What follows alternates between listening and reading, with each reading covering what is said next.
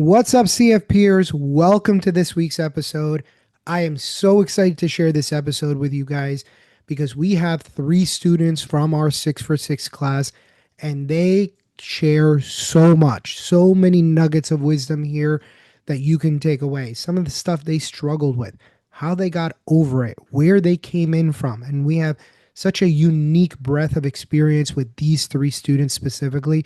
We have a first time test taker. We have somebody who's been at it for several years. We had somebody who took a very unique route for their education. So, regardless of who you are and regardless of your path, somebody in this conversation most likely represents exactly what you're going through and exactly how you got to this point. So, I'm really looking forward to sharing this episode. As always, we have a couple really special offers for you. Right underneath this video, there are two links.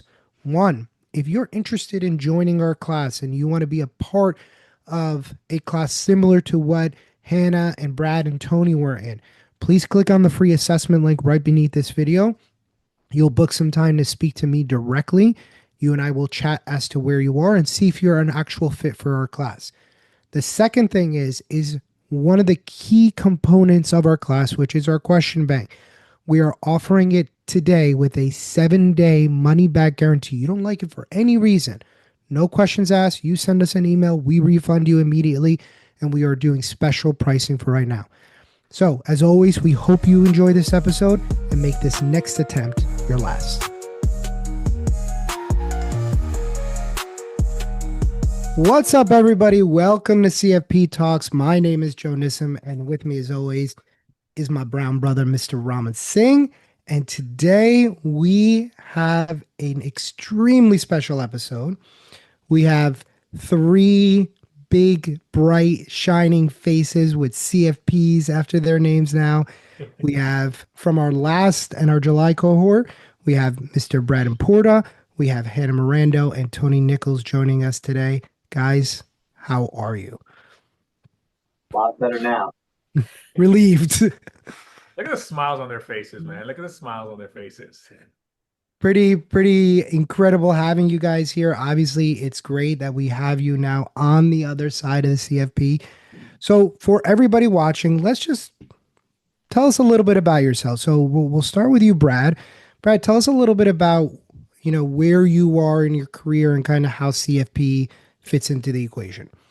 Sure, yeah. I'm an associate advisor. I work for an independent RIA, and I live in Jackson, Wyoming. And I've been with this firm for almost coming up on about a year and a half now. Prior to that, I was more investment focused in the financial services industry. But yeah, so it was a relatively quick process from when I joined my current firm with my position till the time that I took the CFP exam. Hannah, how about you?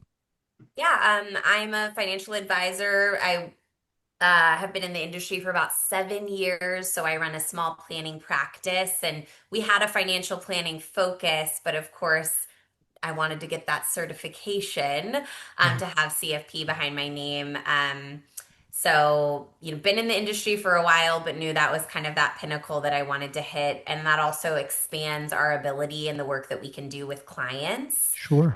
Specifically moving to more of a fee-based, fee for advice focus in our firm. Cool. How about you, Tony?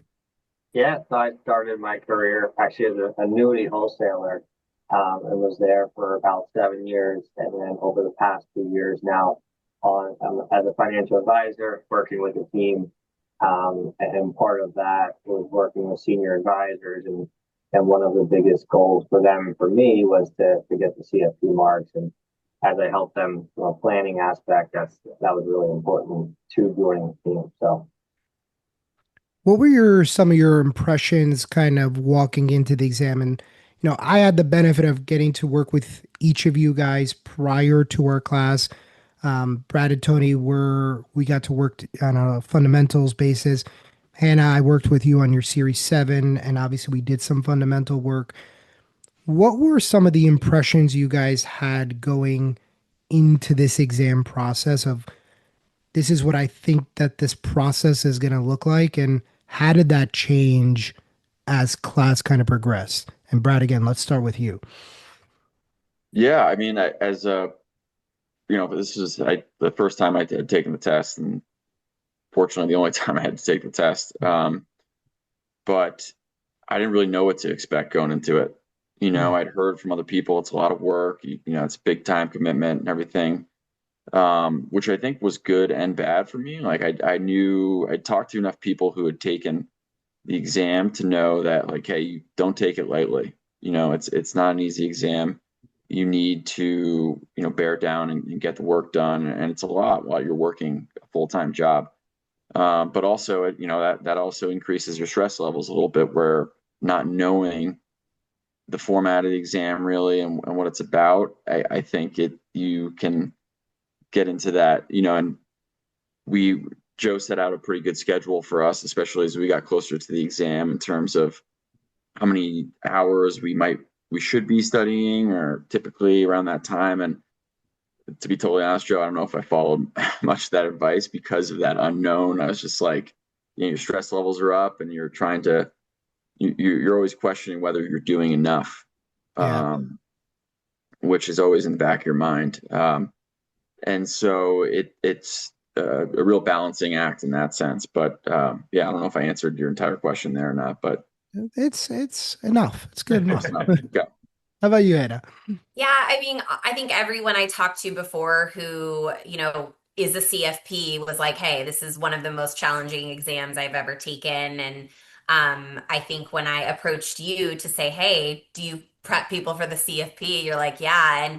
And you gave it to me pretty straight. You were like, hey, this is a beast of an exam, and you got to treat it with the respect that it deserves. So I think prior to it, I had a lot of like, okay, this is big. And if I'm going to Yeah. do this, I'm going to do it right and give it my all. And also I've taken, of course, a lot of the FINRA securities exams, and that's your definitions, everything. This is a totally different exam just in terms of conceptual applications. Yeah. So also the studying process was really different. But leading into it, I mean, I was like looking up at this mountain. I knew what I Yeah. was getting myself into, I think.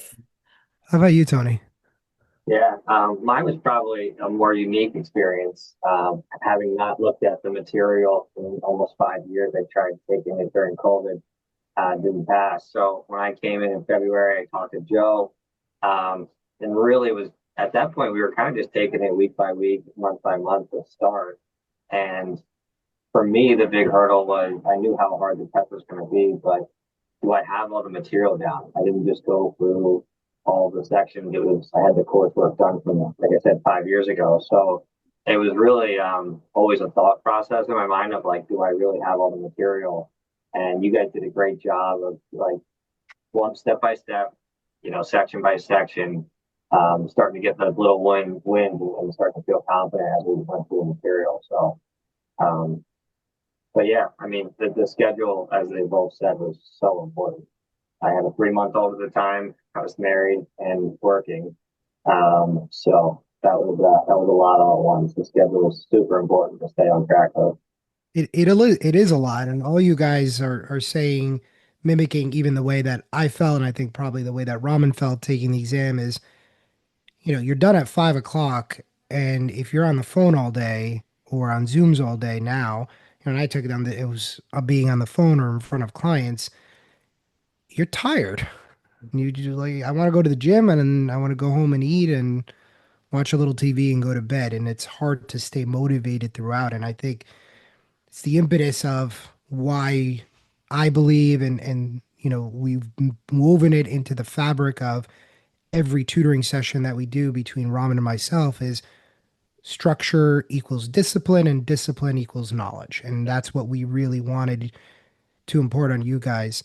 Um, Raman, I'll let you take the next question Yeah. because I could talk forever. So No, before I do that, one commonality that I saw between Brad, Tony, and Hannah when they were, explaining telling us about this journey is they took this exam very seriously, right? Even though Brad's his first time, Hannah's like, it's a pinnacle of reaching a mountain, and Tony saying, I've studied the material before 5 years ago. And, a lot of people, they end up having that misconception because they're like, well, yeah, I've taken my FINRA licenses and I've done this. I can take the CFP exam, and they're the ones who get their butt whooped on the exam. So good job on understanding that this is a real exam. This is not just taking the 7 or 66. And I think it puts you in the right headspace, of course, going into the exam. So my question for you guys is, you mentioned about, studying for the exam and the difficulty of it. What would you tell the listeners and the people watching this podcast is the type of strategies or the routines that worked best for you during your CFP prep? And how did you make sure you stayed consistent around that? And Brad, we'll start with you. Yeah, I think hours early in the day are more valuable than hours at night, especially working a full-time job. And if I was fortunate to have a supportive employer that understood the importance of the CFP exam and was very supportive throughout the process.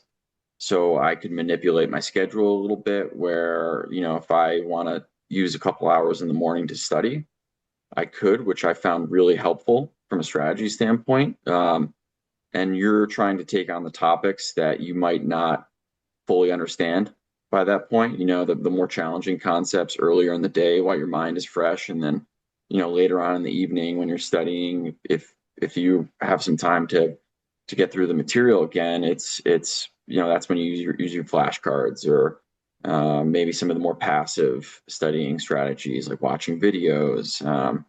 But I think that was my, biggest strategy was if I could wake up a little bit earlier and get a couple hours in studying in the morning, that was a big success for me for that day, just because I was able to retain that material so much better.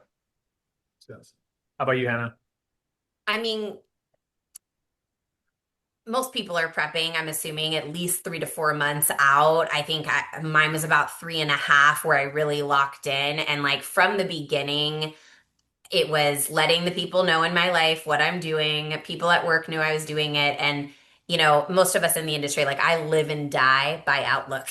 I live and die by my calendar. And so one of the things that was the most helpful was I went through for that full 3 months and time blocked my study sessions around my work stuff, around my personal schedule. And the one thing that's amazing about the CFP program that you guys put on is each day, each week is really detailed of what we should be doing. And I basically took that and plugged it into my calendar. And so I didn't have a lot of thought around, oh, when am I going to study? Nope, this is my hour. And the other thing about this exam is it's not something that you can cram for. And quality versus quantity. So not going and cramming for 6 hours on Saturday and Sunday, but doing, like Brad said, those good hours in the morning, or that passive studying in the afternoon. So for me, it was time blocking and showing up for when I'm studying and then also turning off and walking away from it when I wasn't. Yeah. Yeah, yeah, absolutely. Tony, how about you? Yeah, I mean, it's kind of reiterating what they both said, but the routine and the schedule is so important. And it really isn't just the schedule that you guys put together, but it's also telling my wife, like, I can take them these 2 days and scheduling everything with her. Nobody's more excited for me, I mean, we done the exam than her because every minute was scheduled around taking the son somewhere, feeding and, who's getting up, who's doing this. So, from a personal standpoint, not only having your schedule, but like having that revolve around everything we were doing on a day-to-day basis was so big. So it's nice to have a couple hours to scroll Instagram or Twitter or whatever. You feel free now, but literally every minute was scheduled during, especially the last 2 months, I would say. Yeah. Yeah. I want to follow up to something Hannah said, which is, the quality versus quantity.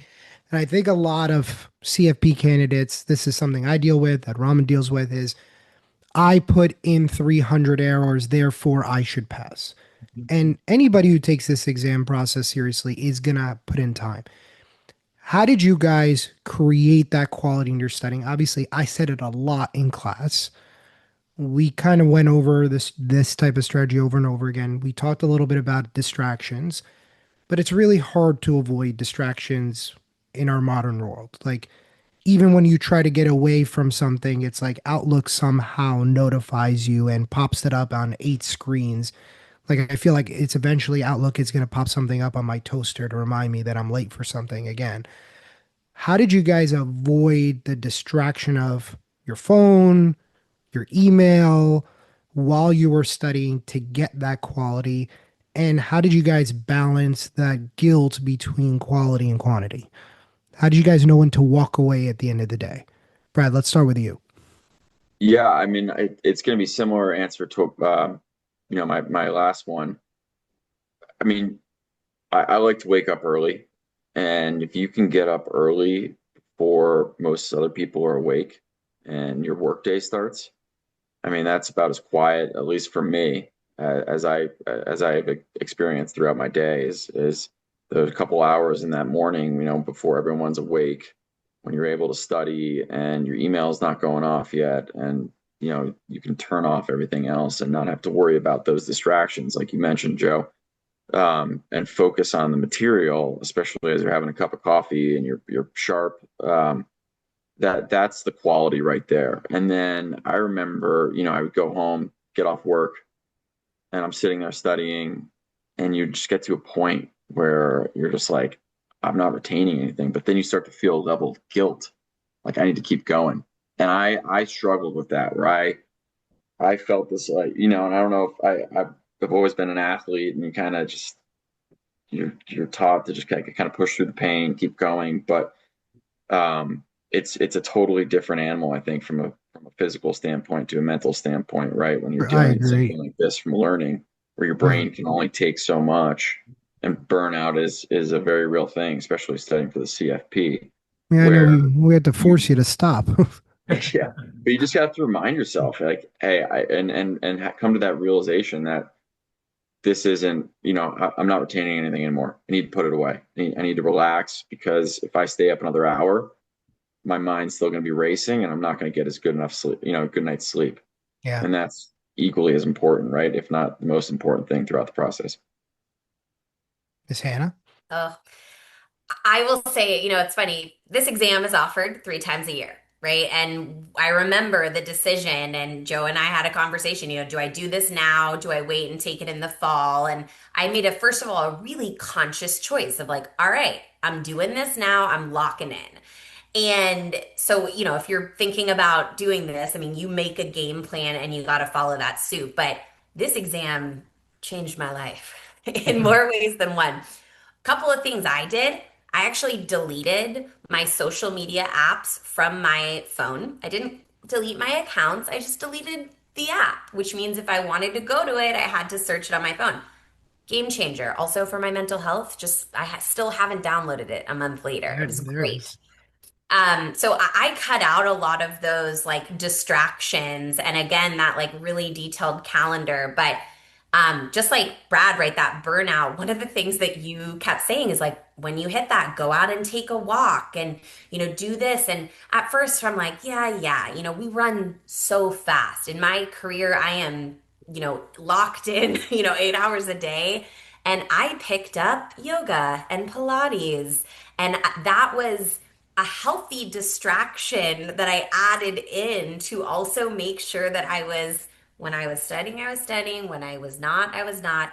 And also, I just eliminated all the BS, which is the crap that you get sucked into, scrolling on your phone. I learned to do more with less, Hmm. right? I learned that my time is really valuable and, an hour of studying or an hour of showing up or an hour of cooking dinner, like I got really good with time management. I walked away with this from this exam with more than just my marks with like, oh, I I can work smarter, not harder. So Yeah. that was my experience. Delete your apps. So I mean, you deleted your apps, but and obviously that gives you not just time back, but actually kind of some mental clarity, which Yeah. is, and I'm not a shrink, and I'm not a psycho. I don't know. I just know as a user that like if my head doesn't race as much when I'm not constantly scrolling on Instagram or Twitter or whatever. And I do that as well. When I was studying for CFA, it was all apps off Yeah. because It I allows had to you do. it allows you to be more present in what Yes. you're doing, right? Showing up fully 100% engaged. And that then, I mean, from studying, that actually kind of started to ripple over into other parts of my life, which was a blessing. Yeah, for sure. How about you, Tony? Yeah, I mean, I definitely totally agree with the point of working out, even if it's going for a run. When you're studying and you're going through this grind, you need to get away, and you just feel so much better afterwards. So as part of the routine, I needed to at least get to the gym 2 days a week or go for a run, do something, that was blocked off. But in terms of effective strategies, you were kind of mentioning like how I knew I was burned out. For me, like I could read a paragraph, I could recite the paragraph, reread it 3 times, and then still sort of be confused. Like sometimes they're vague in the points of when you go through each section. When we did those beginning, I don't know what they're called, worksheets, where you kind of had it open ended for us, so we would all talk about what we thought about this particular topic. And for me, when we talked through it, gave an example, I get to hear what Brad thinks, I get to hear what Hannah thinks. You can kind of grasp that concept a lot better in a more meaningful way, in my opinion, rather than me just reading it, knowing that paragraph, but 10 other things about that particular topic could apply that you're not, fully retaining. So the open-ended portion before we rolled into, I don't know, 2,500 questions, multiple choice, was just really important to get a good base knowledge of the topic, I would say. That's great. That's great. Phenomenal.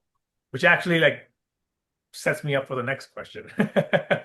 So, this the psychological part about getting ready mentally for the exam is very important, right? This is where you take away the distractors, you build a good routine, a good process in place, whether it's waking up early or using Outlook as calendar as your religion, basically, right? And deleting all the apps. So pivoting into the actual exam studying itself, what would you say was one of the most difficult sections for yourself, and how would you say you overcame those challenges within those sections, and what did you do to tackle those sections to make sure that you effectively learned them? So, Brad. Um, Insurance was challenging for me. I don't have any insurance background, or at least prior to studying this exam.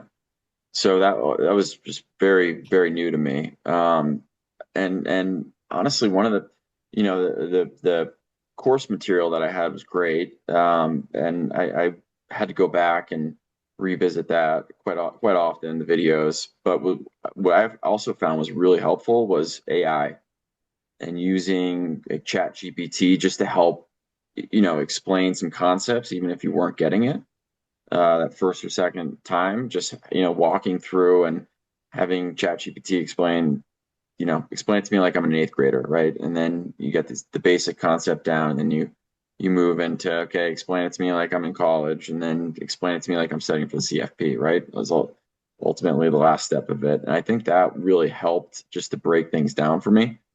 Because there were times when I would get to a concept and I would hear it 4 or 5 times and it just wasn't clicking, for whatever reason. So you got to get a little more, a little creative, whether it's working with someone else like Tony or Hannah or even Joe Raman, like using your office hours, which were so helpful throughout the process. I know there were a number of concepts that I had to just ask a million questions and finally it clicks, right? So there's certain things that click right away, and then there's other concepts that might take you several times to hear it before it makes sense, and then it finally clicks. And so that was something that you can't get frustrated by. You just got to keep moving and keep trying until something or someone says it in a way that you're like, oh, I totally get it. Okay, move on to the next thing. Absolutely. Anna, how about you? Yeah, I mean, first of all, here's what I'll say. I mean, there were challenges within all of I think for me, and all of the sections of the exam. And it's the type of exam where you're just never going to know everything. You just need to know enough and be confident in each of the sections. When I was listening to Brad talk, I just like jotted down and I was like, I think for me, it was also about building up the stamina of this exam because it was so long, and drilling down and repetition. But honestly, I think my struggle was also the confidence. Like we all were so capable of probably learning, every aspect of every section or estate planning or tax planning. And for me, I think my biggest struggle was less about the knowledge and more about like, can I do this? And I think the way that I built that over time was repetition, repetition, repetition, redoing chapter quizzes, redoing drilling down. I love that you shared AI. One thing that's unique about the three of us is we actually met, Tony and Brad and I, outside of class and did some studying together. And one of the things that was I really enjoyed about that is each one of us is so different, and we like thought about questions very differently. Brad, you're so analytical and I'm like a big picture girl. And so what was great about that is you forced me to like get into the weeds sometimes. Or I would be feeling not confident and then Tony would be like, "No, that's a really good point, Hannah. Like you got this." So yes, I hated income tax, and I hated estate planning. But over time, I got a lot more confident and built that. And for me, this exam was really about confidence building and stamina building of being able to sit for 170 questions for 6 hours plus a 40-minute lunch. That makes sense. Tony, how about you? Yeah, I think in terms of like the two different thoughts here, but Hannah kind of mentioned at the end there this the stamina. Taking those practice tests that we did for 6 hours, and both Raman, you and Joe were had us go like to a library and they're like block everything out. This is the 6 hour, like really prepare as if this is the exam. And I think we ended up doing that. I don't know if it was 3 or 4 times, and it was just really helpful to go in, with that experience of I kind of already took it. I have a baseline of what to expect in terms of timing, and that definitely helped from a confidence standpoint as well. In terms of the topics that I've struggled with, I think from a visual perspective and in tax and estate planning, you guys did. It was one of the classes where we really were calculating like gift tax, and we got to like the adjustable gross estate, and then we left the deductions, all the way down to like the taxable estate. And I had that chart at my desk at work. I just hung it up, and I was always looking at how those flow, both from the estate standpoint and then the tax standpoint as well. It was really helpful just to picture that and always see that each day.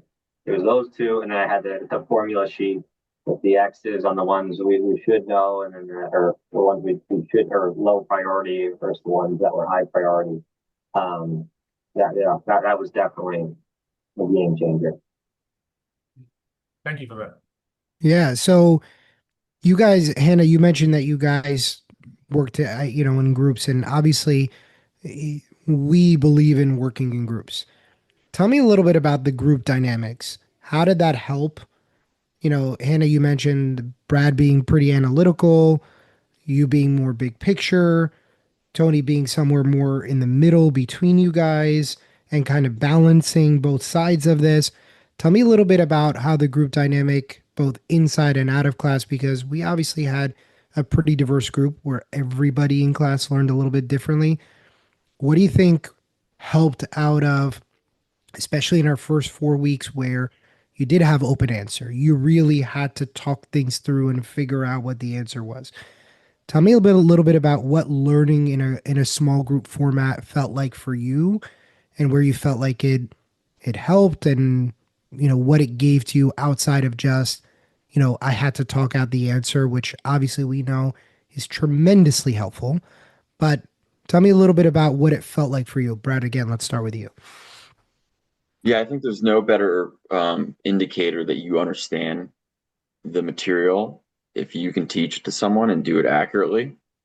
And so, I mean, that gives you, right, when Tony or Hannah comes with an open-ended question, you can do it in a way and you can answer it and do it accurately. And then all of a sudden you're starting to recall the minutia, those small little details from it. They're like, wow, I don't know how I just recalled that information, but that's just like a good indicator of, well, cross this one off the list. Let's move on to the next thing, right? Like you understand it and you can move on.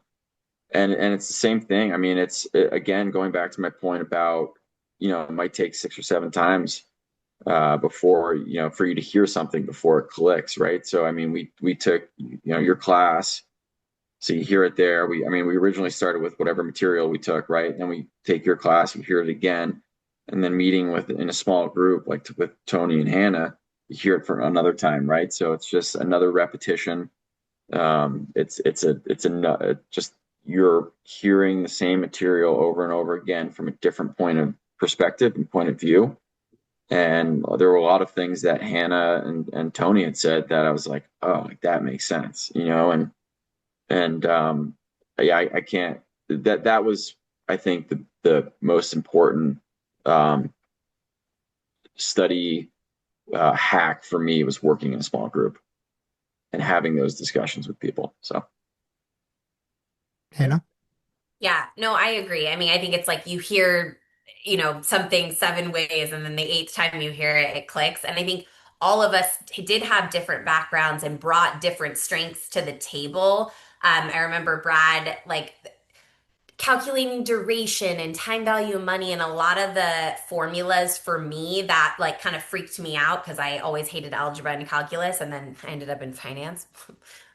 Who knows why? But here I am. So, but like that was an area that you felt really confident in, Brad, and like we did a lot of you helped me through some like time weighted, dollar weighted averages questions, and just like hearing you explain it to me, I think that was really helpful.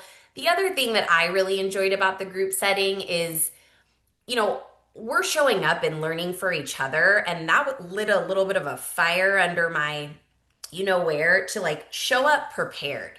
And I didn't want to let anyone else down. I didn't want to let myself down. I definitely didn't want to let Raman or Joe down. So knowing that we also had that, I looked forward to that and made sure that I was like on my P's and Q's so that I could also bring something to the table. And then in turn, I ended up learning, from everyone else as well. So the way that the course is structured, I think, is phenomenal. Tony? Yeah, I think I go back to, in terms of the group aspect, how Brad and I started, where he would give us, it was just one assignment a week. So it was a lot less hours than the last 3 months, but it was one assignment a week. Let's say I did that assignment on Saturday. Brad and I would meet again on Tuesday before the day before, actually meeting with you again a week later. And it's amazing how much you would forget. Like I had right answers on Friday on 1 through 5, and Brad's like, "How'd you come out with that?" And I was like, "I have no idea. Like I completely forget." Like so, reiterating it is like so important to committing it to memory. Maybe that's just my brain. I don't know, but it was amazing how much you would do 5 days ago and you totally forget those specific questions, whatever they were. So it was funny. We would joke, even going through the program, be like a month later, like, "You remember that assignment?" And we're both like, "Yeah, I don't remember that at all." Like, you have to consistently see the material and again, stick to that schedule for it to stick along with working through. Yeah, and I mean, I said it to you guys, the name of the game is repetition.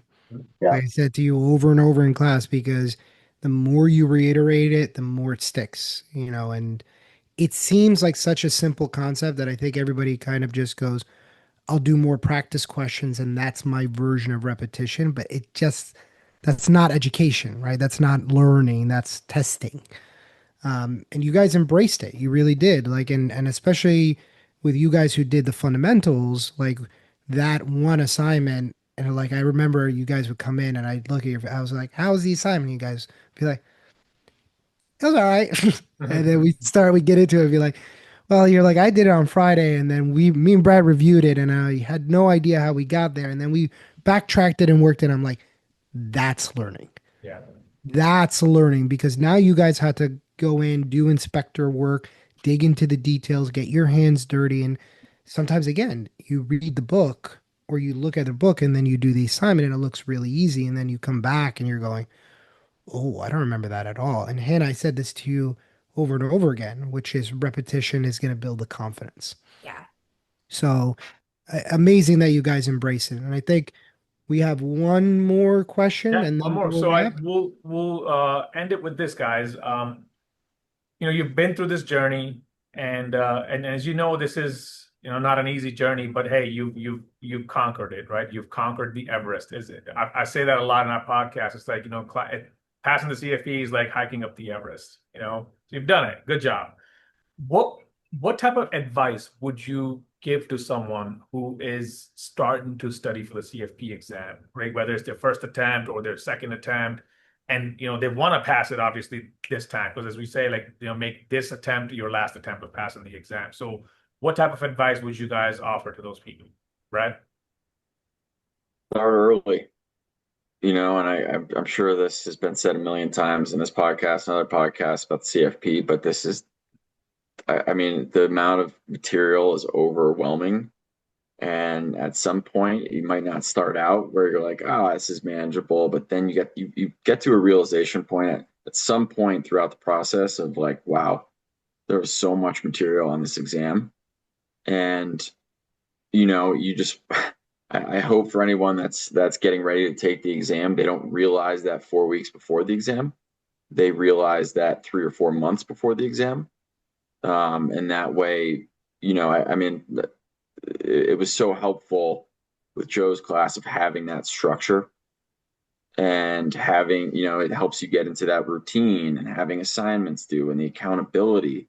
I mean, that forced us to start early, which in turn, by the time, the last 4 weeks, you're a little bit more on cruise control where you're fine tuning, you're less stressed out, right? And you're stressed, believe me, but I can't imagine for someone else starting this process 6 weeks before the exam. I mean, there's so much material to try to memorize and remember, especially with tax, as Hannah was mentioning earlier. I mean, all the phase outs and numbers. I know some of it's given on the exam, but yeah, it was so helpful to start early in the process and build that confidence. And my other thought is, if you can, talk to your employer early on too, and try to work with them around to get that study schedule set. I was fortunate to have a supportive employer throughout the process, which made my life a lot easier. But just having that open line of communication with them was helpful. Awesome. Hannah. Yeah. I think take it seriously. Mm. If you're going to do this, you make that commitment, you make the choice, and like get ready to buckle in, and make a plan. And one thing that was great about your program is that it was already laid out. And I mean, I might be biased. I know that there's a lot of them out that are sort of that self study, and that's fine if you're going to go that route. I'm definitely a, group in person. I need to have somebody teach me. That's definitely my own learning style, but you just gotta make a game plan, because I think, like Brad said, this isn't something you can show up 6 weeks before. It really is that repetition and building that game plan. And the way that I think you guys run the program is also kind of easing us in. We kind of hit this peak where I did break down and cry for a few days in there vulnerably. And then we kind of phased out. And I will remember the couple of days before the exam, I didn't feel like I was doing enough. And I remember like reviewing my notes, and I felt like, oh gosh, like I need to be learning more. And the days leading up to the exam, like I was chilling, okay? But it was because I was prepared. And at that point, my last like 2 weeks, it was just about reinforcement, rebuilding that confidence and going in there and knocking it out. But it started with having that game plan from the beginning, because you just can't swallow this thing whole. You gotta break it into little chunks. But doing that, then, oh gosh, I mean, I was a wreck, but relatively, I was pretty chill the week leading up to the exam. You were, and I think you all three of you guys were very good at being coached. Mhm. So you guys were you asked a lot of questions, which allowed us to do our job. So you guys didn't get in the way and try to manipulate it. So taking that allowed you guys, and again, Brad, you got yourself to a point where you were ahead of schedule and we had to slow you down. Hannah, you were never behind. You were always either on or slightly ahead, which again makes the last few days going into the exam not this rushed, panicked, neurotic, crazy. And everybody wants to do the same thing. I take the week off before the exam and I cram for 80 hours and I'm gonna get up, I'm gonna start at 8 and I'm gonna go to 2 o'clock in the morning and I'm gonna repeat for 6 days. That's not a study plan, that's hope. And that's not a plan. So, kudos to you for taking the advice as well. What about Yeah. you, Tony? Yeah, I think the biggest thing is don't be afraid to get help. Believe it or not, I went to YouTube and I was just looking up YouTube videos of, any advice on the CFP. I was 5 years removed from the material and had no idea where to start. And you took my call. We had like an hour meeting and basically talked through what I would need to do for your program, but also, for me to commit, you have to be ready. You said, what is your time frame? And originally I was like, maybe I need to do it November. Yeah. And you basically mentioned that it is up to you. Like you have to commit the time. If you can't commit the time, then don't do it. But we are going to guide you. That hour call was so helpful in getting set up. And we kind of took it, like I said, week by week, ended up being month by month, and then went through with it. But don't try to do it on your own. Ask for help. You took the call, and I thought that's what led to it. Yeah, thank you for that. Yeah, yeah.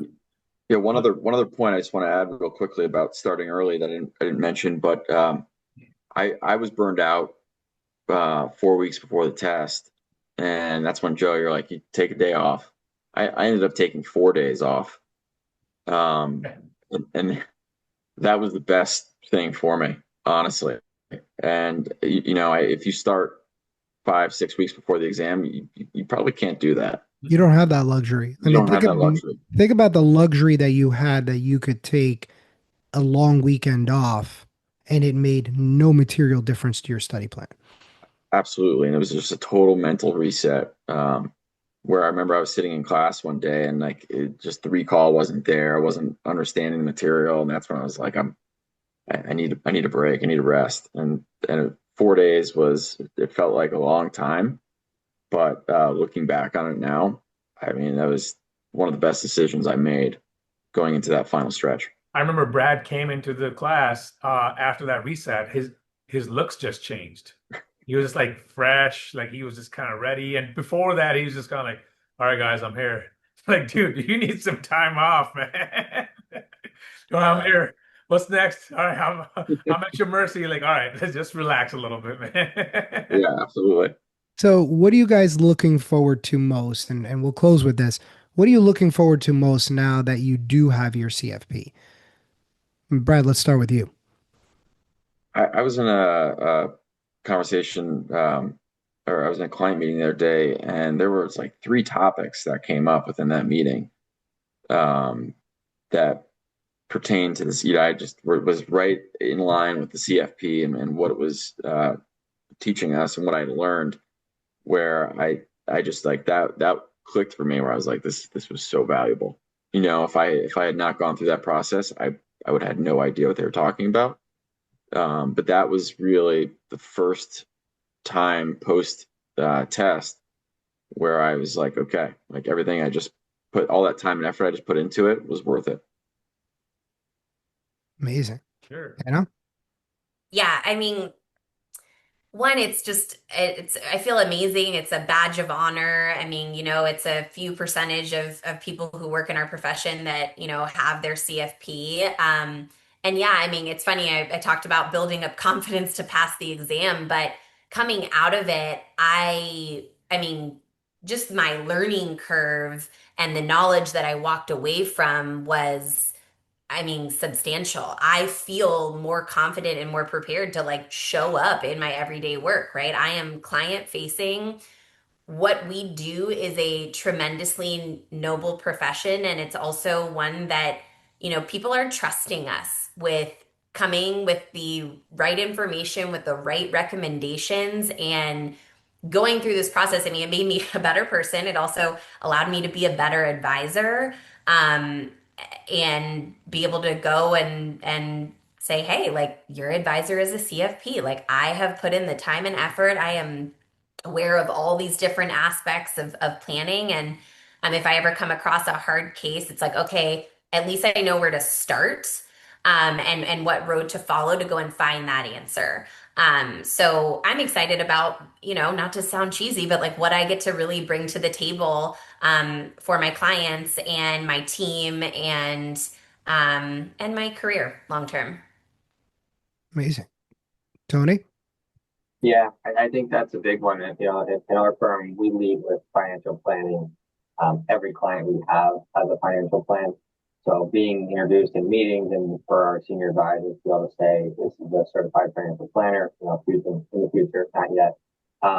But, in terms of topics as well, I found utilizing our e-money, the software that we use, and there's different estate tools you can use, and just having the base knowledge of the estate planning side of things, where certain rules, exemptions, the ABC trust come into play, and being able to model that, like, you still go to estate lawyers to actually complete, implement, and go through the process. Having that base knowledge through the CFP was really helpful in understanding, how the software works as well. Yeah. Hmm. Raman, do you have I, anything else, or shall we wrap? I mean, if I didn't have a session after this, I'd say let's just keep going, you know. But no, guys, honestly, the journey that you've shared with us, it's truly amazing, and it's obviously it's a humble journey. But thing is, the difference between you guys and the people that I have seen in the CFP, taking the CFP exam is you knew what you were getting yourself into, and you were very like humble about it.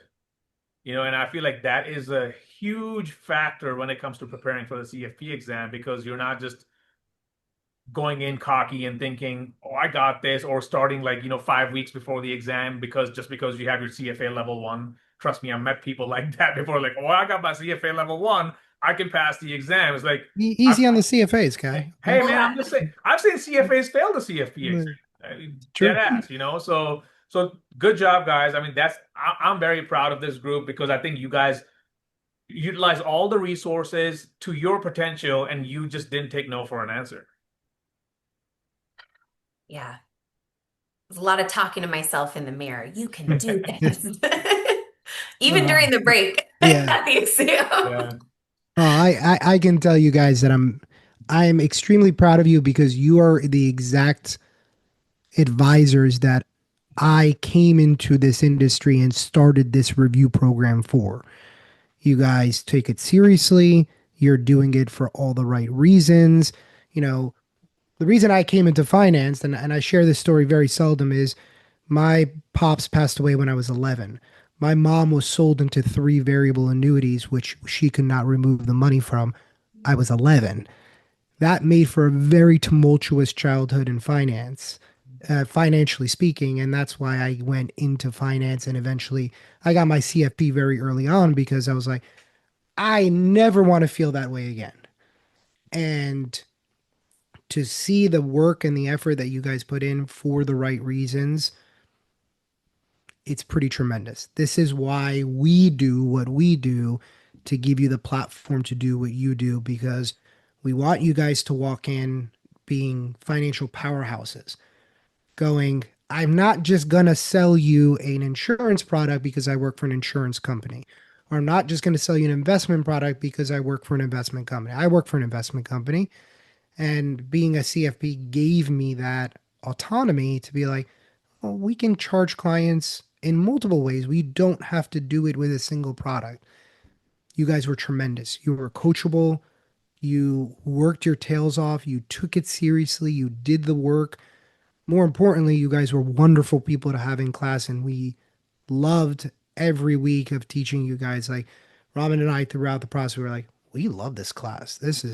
You guys were just a pleasure to be around. So, We're not just saying that just congratulations. because you were we literally mean that. All right. Uh, I mean, we love you guys. I mean, we're so proud. So, Yes. congratulations. You guys deserve it. You earned it, more importantly, and we can't wait to see what you guys do next. Yeah, thanks. And I don't think at all times that love was mutual, Joe and Ramen. As That's okay. I do things out of love. I don't always we understand that I'm not going to be loved back. That's okay. Yeah. At the No, end I want to be loved back, but Right. the weeks that we were doing 100 questions a day, I don't think there was a whole lot of love being I thrown back expect at you that Tough guys. there love, is tough love. that my face is somewhere with a bunch of pins in your house. I know Oh it my is. gosh. This No, But, past. it's ramen. It's the tax battle royale that still haunts me. I wake up in a cold sweat sometimes. Hey, But tough love, guys. We wanted to push you through this, and you made it. You made it. that congrats. that's exactly what I needed though, was that push, and I mean it worked clearly. So thank you to you guys as well. Yes, we're grateful for you getting us through the process and to this point. That's amazing. Well, thank you guys for being here. We really appreciate it. And I want to see your faces all over like top advisors on I'm just gonna be like, I knew them. I knew them before. It's okay. All right, guys. Thank you so much for being here. And we will see you guys very soon. Appreciate it, guys. Thank Take you. care. Bye now.